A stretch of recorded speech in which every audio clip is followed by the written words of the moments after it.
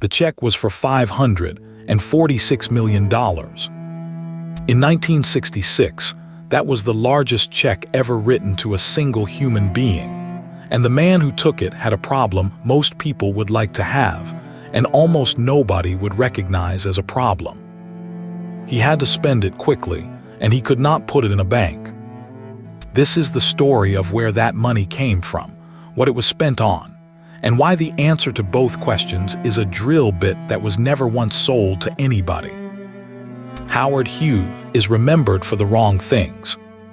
He is remembered as the recluse in the darkened hotel suite, the jars, the tissue boxes, the fingernails, and the last photographs. That is the end of a life, and it is genuinely sad, and it is also the least interesting part of the story if you care about money. Because for 50 years, Howard Hughes ran the only large American fortune of the 20th century that answered to nobody. No shareholders, no board, no bank. Not one outside investor with a right to ask him a single question. 6.5 million shares of an airline at $86 each is where the check came from, and we will get to why he had to sell them. But the reason a man could own 6.5 million shares of a major airline outright, in his own name, with nobody else's money in it, goes back to a Texas oil field and a piece of steel with 2 cones of teeth on it. Howard Hughes Sr. was a wildcatter who had failed at oil. He had drilled and come up dry in Texas and in Louisiana, and by 1908, he was in the position most wildcatters end up in, which is broke and looking at rock. The rock was the problem. The drilling bits of the day were fishtail bits, which scraped, and they scraped adequately through sand and clay and then stopped dead when they met hard rock. Whole fields were known to have oil under them and were simply unreachable. The patent was granted in 1909, and what it described was a bit that carried 2 cones of hardened teeth which rolled as the drill string turned. It did not scrape the rock, it crushed it. With that bit, a crew could drill through formations that had stopped everybody else, and the oil under them stopped being a rumor and started being production. It is not an exaggeration to say the modern oil industry starts with tools of this kind, and Hughes Sr. had the patent on the first one that worked. Here is the decision that built everything that comes after it, and it is worth slowing down for. Howard Hughes Sr. did not sell his drill bits. He rented them. A drilling company could not buy a Hughes bit at any price. At least one for a fixed fee for a single well, and when the well was finished, the bit went back to Hughes. For a time, the arrangement even came with a Hughes engineer attached, because the customer was not permitted to keep the tool out of sight. And here is the question this whole story comes down to. So put your answer in the comments before you hear mine. Was refusing to sell that drill bit the smartest thing anybody ever did with a patent in American history? Or was it the reason that nobody, for 50 years, was ever able to tell Howard Hughes no? Both answers are supportable, and by the end of this, you will have the evidence for each. See whether you still think the same thing at the end as you do now. Think about what that does to a balance sheet. A sale is one payment, and then the customer owns the thing and you are finished with them. A lease is a payment every time anybody in America drills a hole in the ground, forever, from a machine your competitors are not legally allowed to copy. By the 1920s, the company was supplying something like 3/4 of the drilling bits used in the United States, and it was doing it as a rental business with a patent moat around it, in the middle of the greatest expansion of oil drilling in world history. It is worth knowing what that meant to the customer, because the drillers paid the rental willingly and complained about it at the same time. A bit that scraped could spend days making a few feet through a hard formation, and a drilling crew is paid whether the hole advances or not. A bit that crushed the rock turned a week of that into an afternoon. Hughes was not charging for a piece of steel at all. He was charging for the time it saved, on every single well, which is why the fee held up for decades against an industry that resented paying it. The company had two founders, and the second one is usually left out. Walter Sharp was an established Texas driller who put up much of the practical knowledge and much of the money, and the firm was Sharp Hughes Tool. Sharp died in 1912, and in 1918, Hughes Sr. bought the Sharp family's half of the business outright for something in the region of $325,000. That purchase is the second decision that made everything afterwards possible, because from that day the patent, the company and the income all sat with one family, and no partner had a right to a say in any of it. The moat was also renewed, which is the part most accounts skip. Patents expire. The protection on the original two-cone bit ran out in the 1920s, and at that point the company should have met competition on price and watched the rental fee fall. Instead, Hughes Tool kept improving the tool, and in 1933, it introduced a three-cone version that cut faster and lasted longer than anything else on the market, with a fresh set of patents wrapped around it. The income did not decay when the first patent did. It was rearmed. That is the engine. Everything else in this story, the airplanes, the films, the airline, the casinos, the medical institute, is downstream of a rental income from a hole in the ground. And crucially, the engine was private. Hughes Tool never sold shares to the public while Howard Hughes was alive and in control of it. There was no quarterly report, no annual meeting, no analyst, and no proxy. The cash came in and one man decided what happened to it. Howard Robart Hughes Jr. was 18 years old when his father died suddenly in 1924. He inherited the majority of the company, and his relatives inherited the rest, and an 18-year-old in Texas in 1924 could not legally do very much with any of it. So he went to court, persuaded a judge to declare him legally an adult, and then bought out every one of his relatives with borrowed money. Within a year of the funeral, he owned all of it, alone at 19. Noah Dietrich, an accountant he took on in 1925, ran the actual companies for the next 32 years, and the arrangement between them tells you how the fortune worked. Dietrich minded the tool company in Houston and made sure the money kept arriving. Hughes spent it. The two functions were kept physically and financially apart, and the man doing the spending never had to justify a decision to the man doing the earning, because the man doing the spending owned every share of everything. What he did with that money for the next 30 years was, by any normal standard of business, insane. And by the standard of a man with an uninterruptible private income, it was perfectly rational. He went to Hollywood at 20, knowing nothing, and started making films. The first ones lost money. He kept going, because the loss was covered by drill bits in Texas, and there was nobody to complain about it. Hell's Angels cost him something close to $4 million, which made it the most expensive motion picture that had ever been made when it was released in 1930. He shot it silent, then sound arrived mid-production, so he reshot enormous parts of it with sound. He bought and maintained a private air force of vintage aircraft to film the dogfights, and hired more pilots than some countries had. No studio on Earth would have signed off on that budget. He did not need a studio to sign off on anything. He also discovered early that owning your own money means never having to accept an answer. Scarface, which he produced in 1932, was held up by the censors for the better part of a year, and rather than cut it, he fought them and released it in different versions in different places.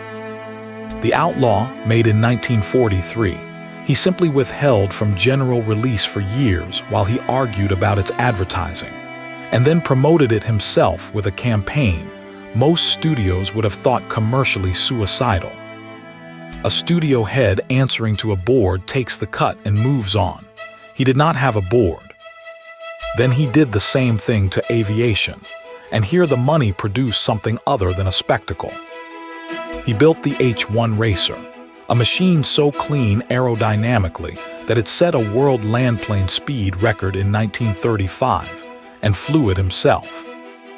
In 1938, he flew around the world in 91 hours, less than half the time Wiley Post had taken, and came home to a ticker tape parade in New York bigger than the one they gave Charles Lindbergh.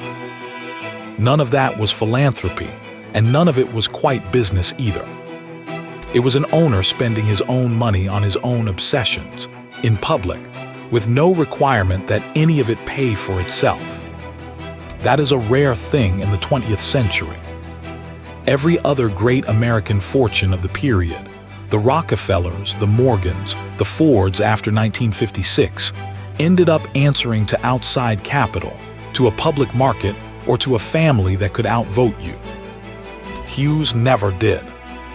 In 1939, he began buying stock in a struggling airline called Transcontinental and Western Air, and he did it quietly, through the tool company. Over the following years, he had accumulated about 78% of Transcontinental and Western Air, which is to say he owned a national airline the way a man owns a car. He then used it as a design laboratory, telling Lockheed what he wanted and paying for it, which is how the Constellation came to exist in the shape it did. That aircraft matters to the money story, because it was genuinely ahead of everything else flying, and it gave the airline a real commercial advantage for years. When people describe Hughes as a pure eccentric who wasted a fortune, the Constellation is Exhibit A for the defense.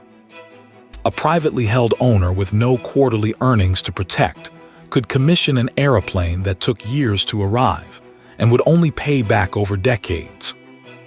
A public company could not have done it and did not. He also fought and won a fight over the map. Towards the end of the war, Pan American pressed Washington to make it the single American flag carrier on international routes, the chosen instrument, on the argument that one strong airline would beat the European national carriers. Hughes spent heavily to stop it, and in 1945 TWA was awarded Transatlantic Authority of its own. Whatever else he did to that airline, the international route network he bought it in 1945 was the thing that made it valuable enough, 21 years later, to be sold for the largest check in the country. The war turned the hobby into an industry. Hughes Aircraft, which had been a small outfit that mostly existed so Hughes could build racing planes, took government work, and Hughes personally took on 2 contracts that would nearly finish his public reputation. One was the XF-11, a photo reconnaissance aircraft. The other was the HK-1, a flying boat of unprecedented size intended to carry troops across an ocean that German submarines were making dangerous. Neither aircraft reached the war. The XF-11 crashed on its first flight in 1946 in Beverly Hills with Hughes flying it, and he was very badly hurt. The flying boat, which the press insisted on calling the Spruce Goose, although it was mostly birch, was not finished until after the war was over. Tens of millions of dollars of public money had gone into 2 airplanes, and the armed forces of the United States had received precisely none of them. In 1947, the Senate looked into it. The Senate committee's charge was simple enough. 2 contracts worth some $40 million of public money had produced no aircraft delivered to anybody. Hughes came to Washington and did something nobody expected of a recluse. He turned the hearing into a performance, attacked the senator running it, alleged that the whole thing was a favor to a rival airline, and walked out of the room with the press on his side. Then, on the 2nd of November 1947, he took the flying boat out into Los Angeles Harbor for what was supposed to be a taxi test, opened the throttles, and lifted it about 70 feet off the water for around a mile. It never flew again. He kept it in a climate-controlled hangar with a full crew for the rest of his life, at an annual cost that would have run a small airline, because there was nobody in the world with the standing to tell him to stop paying for it. That is the cost of the structure, stated plainly. The same arrangement that let him build the Constellation let him keep a useless aeroplane in a heated building for 30 years. You do not get one without the other.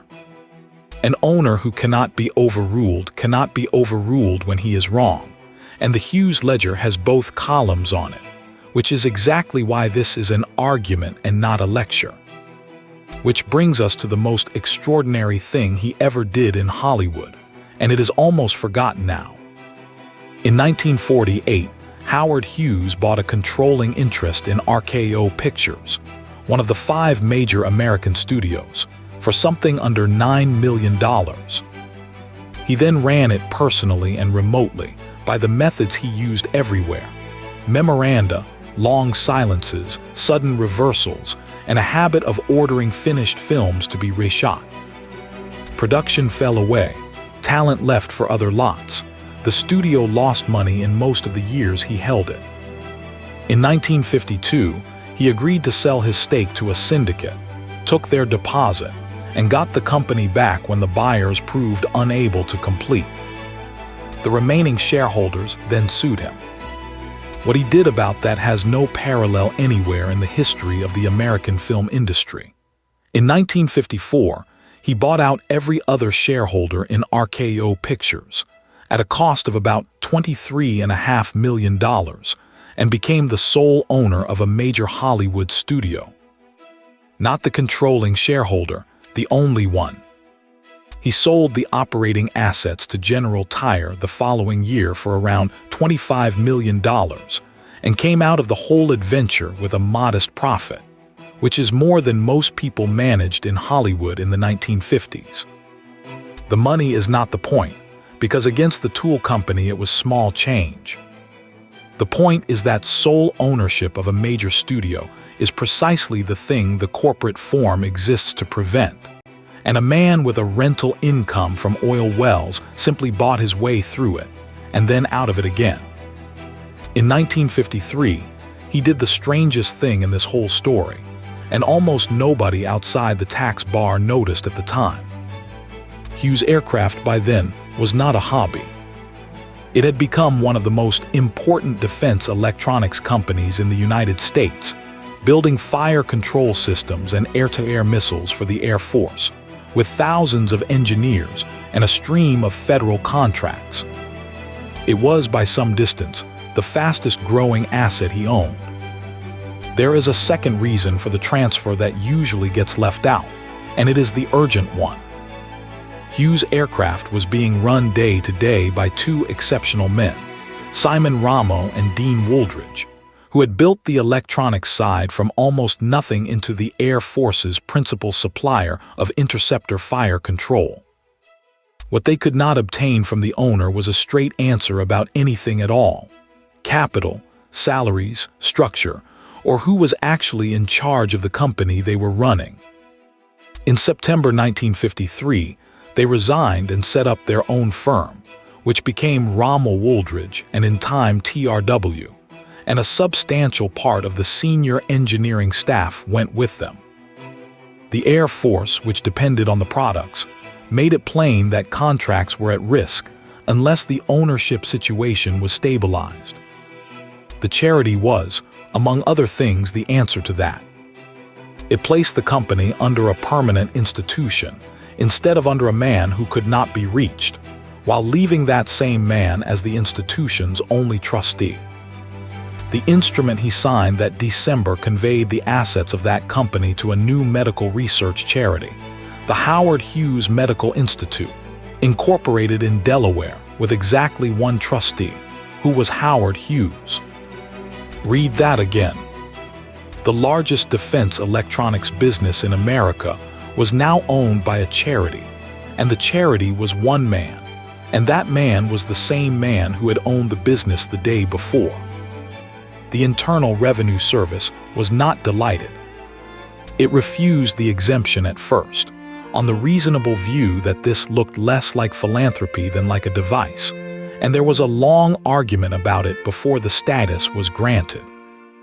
And the honest position on this, which this channel will always take, is that both readings are true at once. The tax advantage was real and enormous. The Medical Institute was also real, and it did fund research, and it is still funding research today, on a scale that would astonish the people who called it a dodge in 1955. It is also fair to say that, in its first 2 decades, the Institute was not much of a charity. Its spending was modest against the scale of the asset it held. Its staff was small, and the critics who called it a holding company with a laboratory attached had a point that was hard to answer at the time. What changed everything was not a change of heart by its founder. It was his death, and the sale that followed it, which turned a tax structure into an endowment nobody had planned. There is a second thing the structure did, and it is the thing that mattered most to Hughes. Defense work brings scrutiny. A charity with one trustee brings a lot less of it than a public company does. And in 1957, after 32 years, he fired Noah Dietrich, the one man who had ever really run anything for him, and the one man who ever argued with him about money. From that point, the empire had no adult supervision at all. Then came the one moment in his life when he needed a bank, and the whole architecture failed at once. The reason was jets. In the late 1950s, the airline industry changed technology completely. Piston airliners like his own Constellations were finished, and every carrier that intended to survive had to buy Boeing and Convair jets, immediately, all at once. TWA needed a fleet, and it needed one now. The bill for that fleet came to around $400 million, and this is where a private fortune, however large, meets its limit. Hughes Tool threw off a great deal of cash, but not $400 million at once, and Hughes would not sell equity in anything, because selling equity meant someone else could vote. So for the first time since he was 19 years old, he went to institutions that lend money and asked them for it. The lenders agreed to the money on one condition, and it was the condition he had spent his whole life avoiding. His holding in the airline was to be placed in a voting trust controlled by others for the duration of the loans. He could own the shares. He could not vote them. In 1960, after months of trying to find any other way, he signed, and control of TWA passed to a group of banks and insurance companies. What followed was one of the longest-running lawsuits in American corporate history. The airline, now run by people who did not answer to him, sued Hughes Tool, alleging that his years of control had damaged it in antitrust terms, principally through the aircraft purchasing arrangements. Hughes refused to appear for deposition. He refused repeatedly, on advice and on instinct, and the court eventually took the only step open to it against a defendant who will not show up. It entered a default. Because he would not be deposed, the court entered judgment against him for $137 million, without ever hearing the merits of his defense. It was, at the time, the largest judgment in the history of American antitrust. 13 years later, the Supreme Court would decide that the claim should never have succeeded at all, and would take the whole thing away again. But that was 1973. In 1963, the number stood. So he sold the airline, and that is where the check comes from. In May 1966, the Hughes Tool Company sold 6.5 million shares of TWA into the market at $86 a share, and the proceeds, $546 million, were paid to a man who owned every share of the company receiving them. It was the largest sum ever paid to one individual up to that point, and it is worth pausing on the irony of it. He was forced out of the airline by lenders. The forced sale then made him, on paper, richer than he had ever been, Because the market for airline shares in 1966 was strong and TWA under professional management was doing well. The people who removed him made him a fortune. He never accepted that framing for a moment, and he pursued the lawsuit for another 7 years out of pure principle. Now the problem.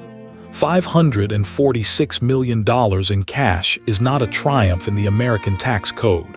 It is an emergency. A gain of that size attracts a tax bill of a size to match, and the standard answer at the time for a corporation was to put the money back to work in operating businesses rather than sit on it.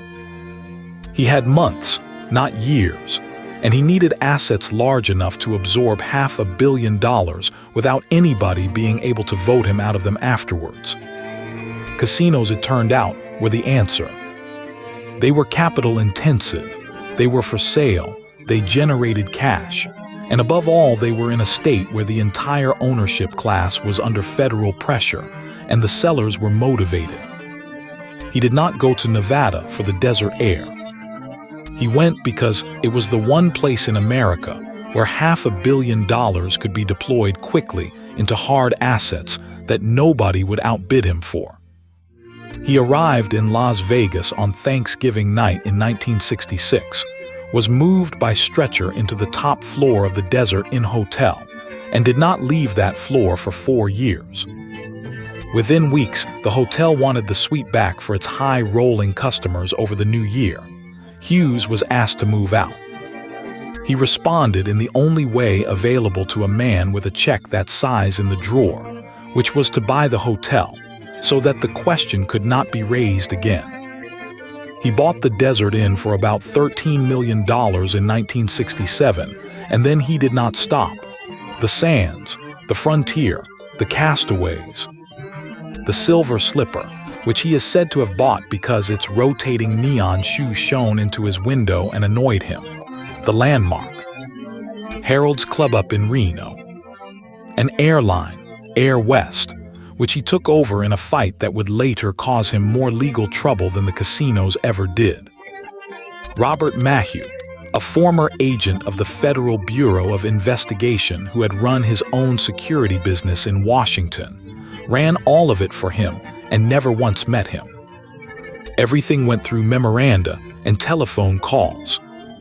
Maheu had authority to spend enormous sums on the strength of handwritten notes from a man upstairs he had never seen. And for 4 years, that is precisely how the largest private business operation in Nevada was conducted. He also bought a television station, KLAS, and the usual explanation given is that he wanted late-night films kept on the air for his own viewing.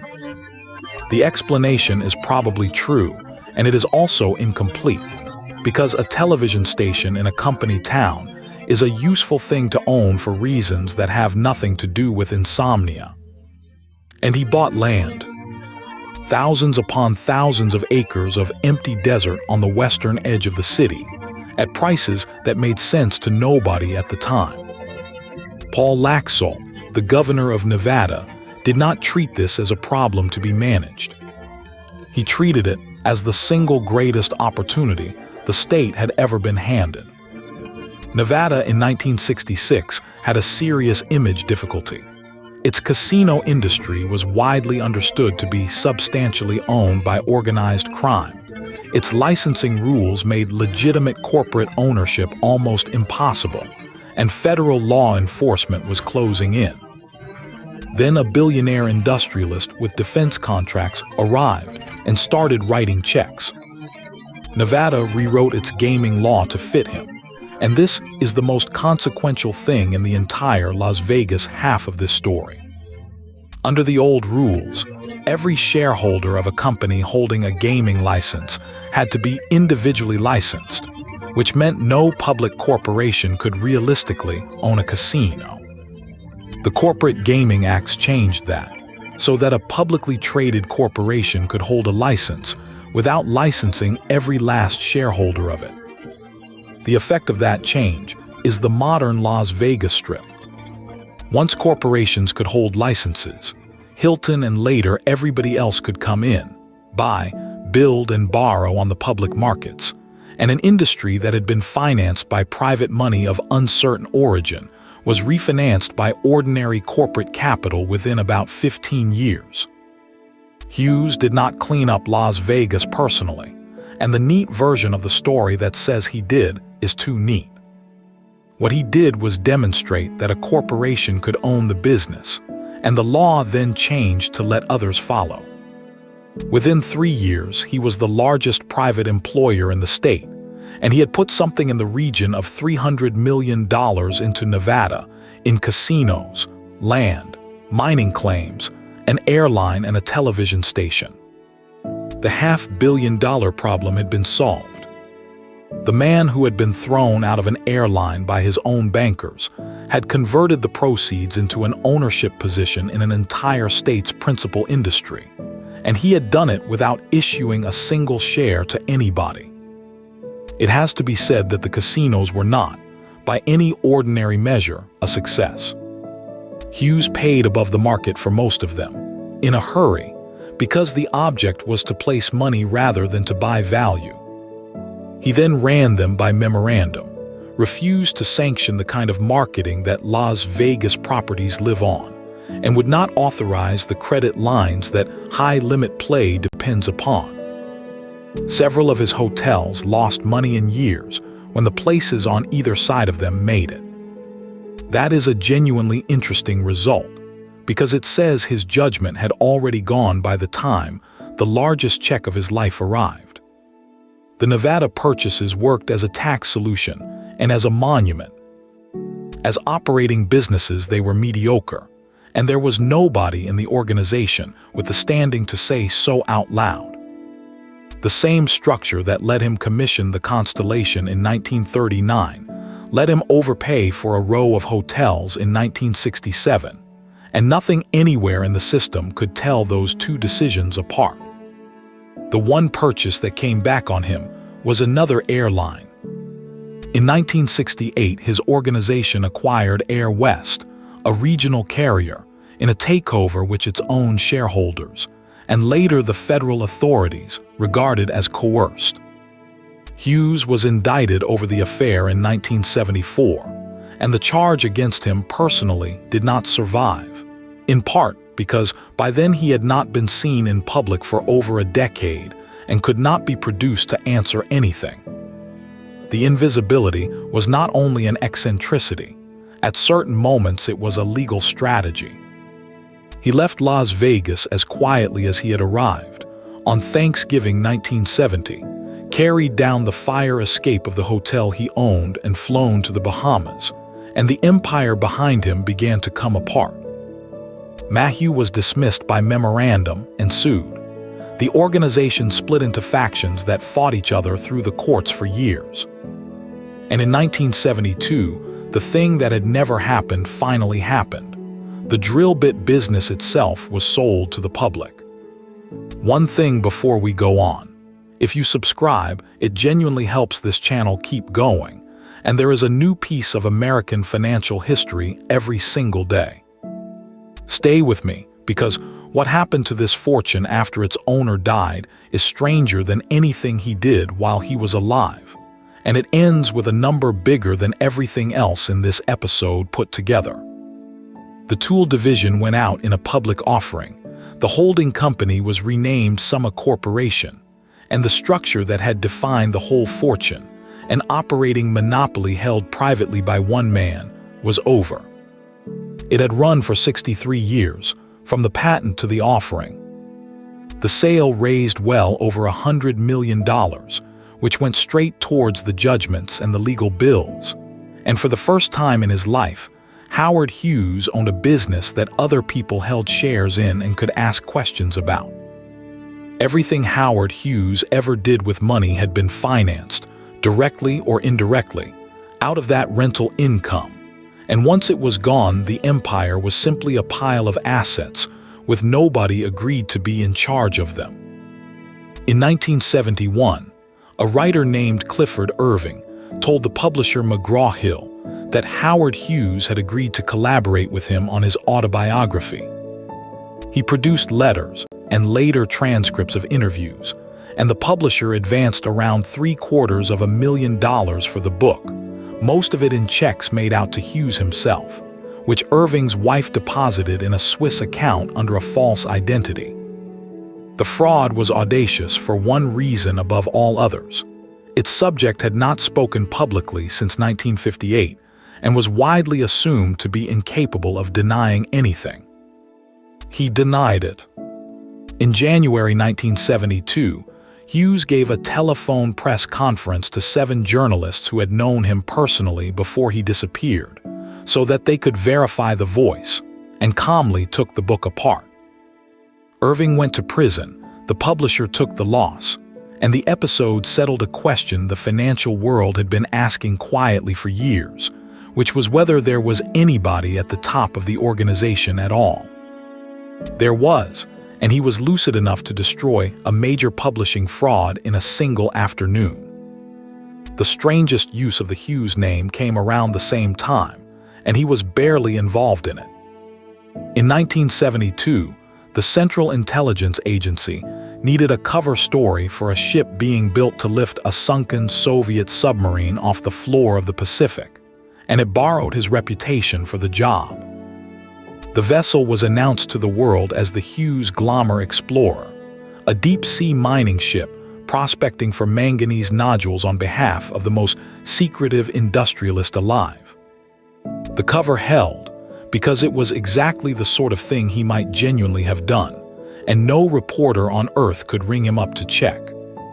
The ship sailed in 1974 and recovered part of the submarine. When the press later asked the agency for its records, the reply was that it could neither confirm nor deny their existence, a formula still known in American law today as a Glommer response. By that stage, the Hughes name was a national asset in its own right, and the government was using it. He died on the 5th of April 1976 on an airplane between Acapulco and Houston, and the Federal Bureau of Investigation had to use fingerprints to confirm who it was. He left no wife, no children, no parents, and no siblings. What he also left, as far as anybody has ever been able to establish, was no valid will of any kind, for an estate then estimated at around $2 billion. What followed was the greatest treasure hunt in the history of American probate. Wills appeared from everywhere.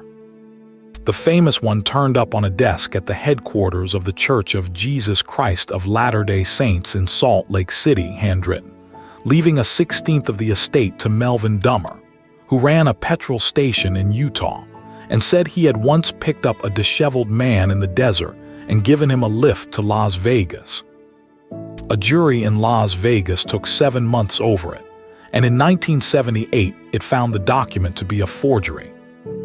Dummer always maintained his account of the lift was true, and the film Melvin and Howard was made about it, and whatever the truth of the ride, the will was not accepted. Every other will produced failed too. In the end, the estate was distributed under the intestacy laws of Texas and Nevada, and in 1983, it was divided among about 22 cousins who in most cases had never met him. There was one more fight, and it was about which state was entitled to tax him. Texas said he was a Texan because he had been born there and the tool company was there. California said he was a Californian because he had lived and worked there for decades. Nevada made its own case. The tax at stake ran into the hundreds of millions of dollars, and it took years of litigation before Texas prevailed. A man who spent his entire adult life making sure that no institution could reach him left behind an estate that 3 state governments went to war over. Summa Corporation sold the casinos off across the following 2 decades and turned, in the end, into a land company. The Desert Inn went. The Sands was eventually demolished by its new owners. One by one, the hotels he had bought in a hurry in 1967 passed into the hands of exactly the kind of public corporation that Nevada had rewritten its law to admit. What the company kept was the dirt, which nobody had wanted in 1967, and which turned out to be the best purchase in the entire portfolio. But the largest asset was not in the estate at all, and this is the payoff of the decision he made in 1953. Hughes aircraft did not belong to Howard Hughes when he died. It belonged to the Howard Hughes Medical Institute because he had conveyed it there 23 years earlier, and a charity does not die. There was a long fight over who now controlled the institute, since its sole trustee was in a coffin, and the courts eventually installed a proper board. That board then did the obvious thing, which the sole trustee would never have permitted. In 1985, it put Hughes aircraft up for sale. General Motors paid $5.2 billion for it, in cash and stock, in what was then one of the largest acquisitions in American corporate history, and the entire proceeds went into the endowment of a medical research charity that had spent 30 years being described as a tax shelter with a laboratory attached. So add the whole thing up, because the ledger is stranger than the legend. A failed oil wildcatter patents a drill bit in 1909 and refuses to sell a single one of them. The rental income from that decision pays for the most expensive film ever made, a world speed record, a round-the-world flight, a national airline, a defense electronics company, a flying boat that flew once, 4 years of a hotel suite, and half of Las Vegas. And what survives all of it is the charity. The Howard Hughes Medical Institute today is one of the largest private funders of medical research on Earth, and it exists because a man who wanted to keep control of a defense company signed his shares over to a charity he personally controlled. He did not intend to endow American biology. He intended not to have to answer to anybody. American biology got endowed anyway, and it is still being funded now, half a century after his death. The scale of that is worth stating plainly, because it is hard to believe. The endowment created by the 1985 sale has grown into one worth well over $20 billion, and the institute employs and pays its scientists directly rather than handing out grants and standing back, which lets it fund long projects that a federal agency living on an annual appropriation cannot. Which is to say, it does with medical research exactly what its founder did with airplanes. It spends patient money that answers to nobody on things that may not pay back for 20 years. 25,000 acres of desert he bought as a hedge against the taxman are now Summerlin, one of the largest master-planned communities in the United States, named after his grandmother, and developed by a company that still carries his name. The Las Vegas Strip is owned by public corporations because Nevada changed its licensing law to accommodate one private buyer in 1967. The drill bit company went through several owners, and its descendants are still selling into the oil field today. So back to the question. Was refusing to sell the drill bit the smartest thing anybody ever did with a patent? Or was it the reason nobody could ever tell Howard Hughes no? The case for the first answer is the Constellation, the H-1, a defense company that mattered, and an endowment now funding thousands of scientists. Every one of those needed an owner who could ignore a payback period, and only a private monopoly income allows that. The case for the second answer is a $137 million default judgment entered because the defendant would not turn up, a flying boat heated for 30 years, an organization run by memoranda from a man nobody was allowed to see, and a fortune that ended up divided among cousins who had never met him because no adult in his life had ever been able to make him sign a will. The same absence of oversight produced both columns. Set that against how the other great American fortunes ended, and the difference is stark. Carnegie sold his company and gave the proceeds away through foundations he designed himself. Rockefeller's company was broken up by the courts, and his heirs held shares in the pieces. Ford went public in 1956 because the foundation that held the stock needed a market to sell into. In every one of those cases, an outside institution, a court, a market, or a board of trustees took the wheel at some point. In the Hughes case, nothing ever did, until a probate judge finally had to. The useful lesson is not about eccentricity, it is about structure, and it applies to any business you will ever look at. Ownership that cannot be challenged is the most powerful position in commerce, and it is also completely unhedged, because the only correction available is the owner's own judgment. Hughes had superb judgment for about 25 years, and then he did not, and there was no mechanism anywhere in his empire for noticing the difference. Which is why the ledger ends where it does. The lease on a piece of steel with 2 cones of teeth bought everything a man could want, and could not buy him one person with the standing to say no to him. If you are ever handed a business that answers to nobody, that is the trade you are being offered, and it is worth knowing which half of it you are taking.